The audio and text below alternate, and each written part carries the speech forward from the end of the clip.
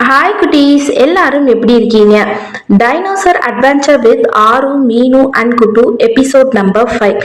Dinosaur உலகத்துல ஆருவும் மீனுவும் குட்டுவும் அடுத்த சாகசத்துக்கு போயிட்டு இருந்தாங்க.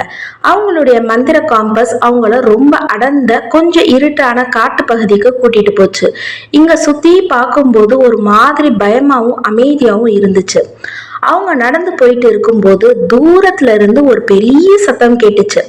தரையே அதிர்ற மாதிரி இருந்துச்சு. சத்தம் கிட்ட வருதே, யாரா இருக்கும்னு ஆருவும் மீனும் பயத்தோட ஒருத்தர் பார்த்தாங்க.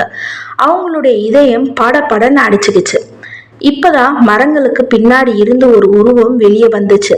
அடடே, அதுதான் உலகத்திலே மிக பெரிய டைனோசர்.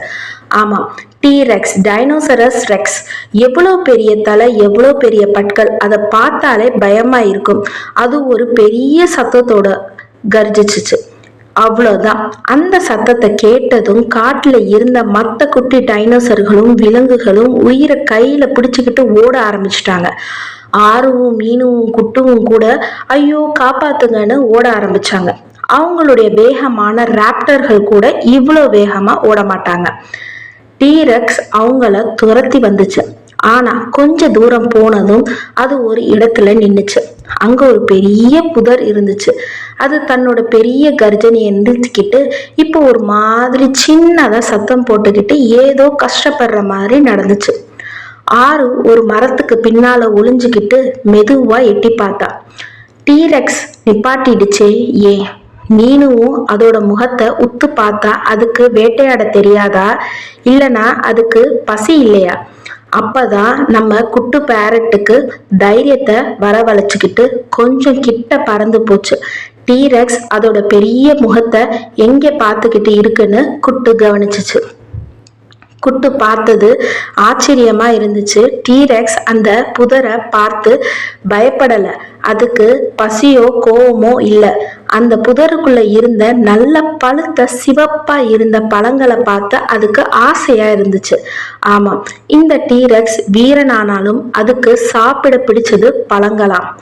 ஆனா ஒரு கஷ்டம், டீரெக்ஸ் தன்னோட குட்டி முனங்கையால அந்த பழங்களை தொடவே முடியல. அதனாலதான் அது சோகமா நின்றுட்டு இருந்துச்சு. இவ்வளவு பெரிய வீர டைனோசர் ஒரு குட்டி பழத்தை பிடிக்க முடியாம கஷ்டப்படுறத பார்த்ததும் ஆருவுக்கும் மீனுவுக்கும் அதை பார்த்து சிரிப்பு வந்துச்சு.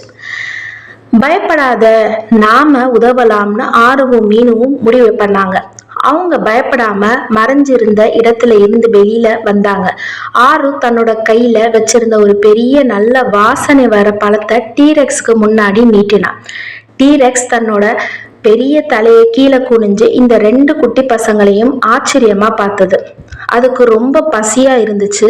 ரொம்ப மெதுவா தன்னோட பெரிய வாயை மெல்லமா திறந்து ஆருவோட கையில இருந்த பழத்தை லேசா கவ்வி எடுத்துச்சு.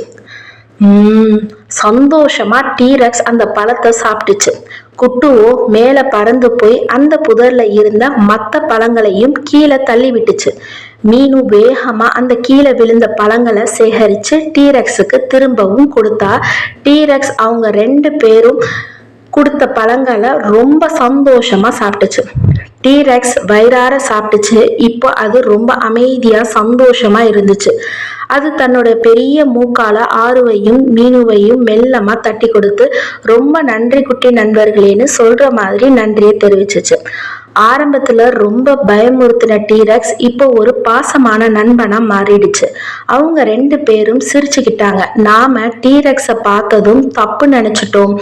வெளியில பார்க்க பயமா இருந்தாலும் உள்ளுக்குள்ள ரொம்ப பாசமான டைனோசரா இருக்கு. குழந்தைகளா, நாம ஒரு முக்கியமான விஷயத்த கத்துக்கிட்டோம். யாரையும் அவங்களுடைய தோற்றத்தை மட்டும் வச்சு நாம எடை போடக்கூடாது. ஒரு சிலர் வெளியில பார்க்க பலசாலியாவும் பயப்படுற மாதிரியும் இருக்கலாம். ஆனா அவங்க மனசுக்குள்ள ரொம்ப அன்பானவங்களா மென்மையானவங்களா கூட இருக்கலாம்.